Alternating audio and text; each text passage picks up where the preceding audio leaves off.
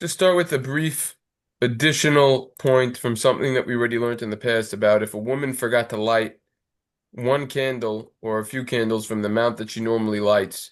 So we already learned that the Pri Megadim was in fact stringent on this specific scenario and said that she would need to add another candle. However, if you look at the Be'er Halacha over here in Dibur Maskul Sheshacha, the Be'er Halacha argues on this ruling of the Pri Megadim and says, Lo Nihira. He says, no, if you just forgot a candle or two, whatever it is, you would not need to add another candle for the rest of your life. Because kol ze hu rak minhag v'havi d'lo loisif aleh. This whole thing is a custom and you don't need to add on it. Just want to add one more thing, and then we're going to wrap up this sif and do a review on it, which is the Shiloh's and Shuvah's Nishma Shabbos actually has hundreds of pages on Habakkuk's near Shabbos. And for some reason, this is at the end. But over here, he talks about this idea of when she forgets a candle. So I basically just looked quickly at these chuvas. I didn't really go into them, but he presents several other additional scenarios in which you would not need to add another candle. So we'll just do them briefly and then we'll move on from there. In Siman Tov Mem Aleph, he says that let's say she wasn't home and she appointed her husband to light on her behalf, and her husband forgot to light. In that case, she would not need to add an additional nair the rest of her life, an additional candle.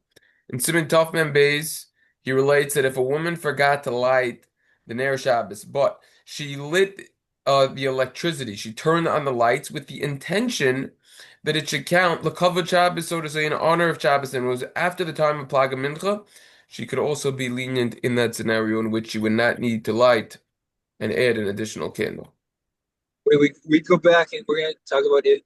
The husband, would the husband have any what's his achrayas? If he forgets to light, but she tells him, does he have to do anything? So we already learned in the past that if the husband forgets to light, for example, if he was in a different location than his wife, he would not need to add. And the reason is because the whole idea of lighting is to fix the sin of Chava, which primarily applies to women. A few chuvas later on,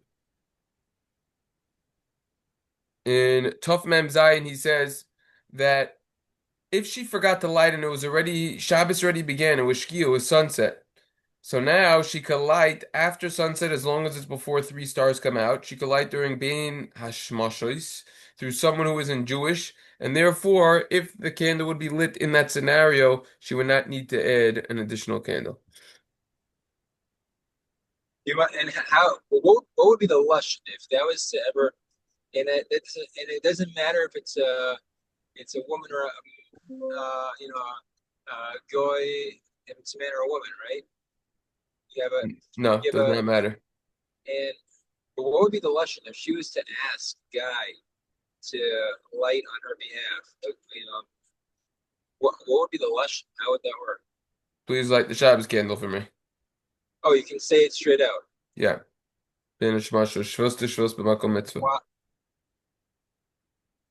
Okay, fine.